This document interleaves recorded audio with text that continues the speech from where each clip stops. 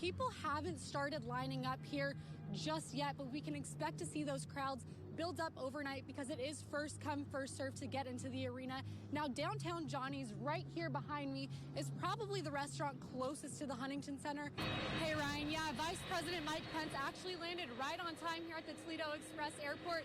Air Force One is just behind me, so I'm going to step out of the frame so you all can see that. This is the property that Sylvania Township residents are concerned will be turned into an assisted living facility right at their doorsteps.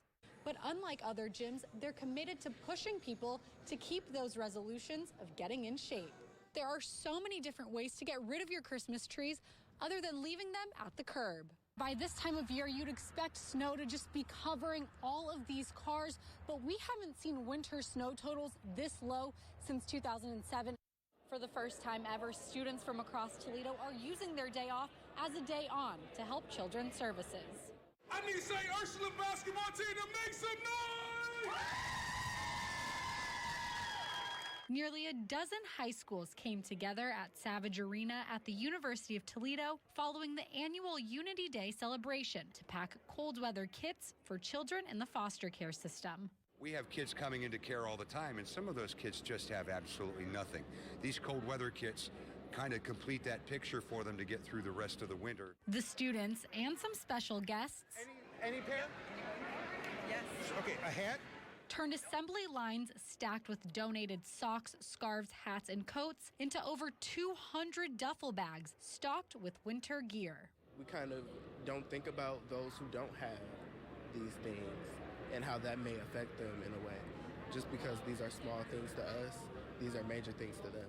Even though all of the students had a day off in honor of Martin Luther King Jr., they honored his mission by having a day on. And like this, I know it's going to make somebody's day in the end, so it's totally worth it for me. Once the duffels were all packed up, they were brought to Lucas County Children's Services, where even more student volunteers were waiting. Load everything onto a van, take it right downtown to Children's Services, where another crew will be waiting of high school students to unload, sort, and set everything up for the caseworkers to come in and get them tomorrow morning when they return to work. Although not a single one of the students was alive when MLK was at work, his message lives on in them over 50 years later. And the part that we're very proud of, which we know he would be, is the fact that we have a call to action, that we're actually doing something with our hands to help change somebody else's life.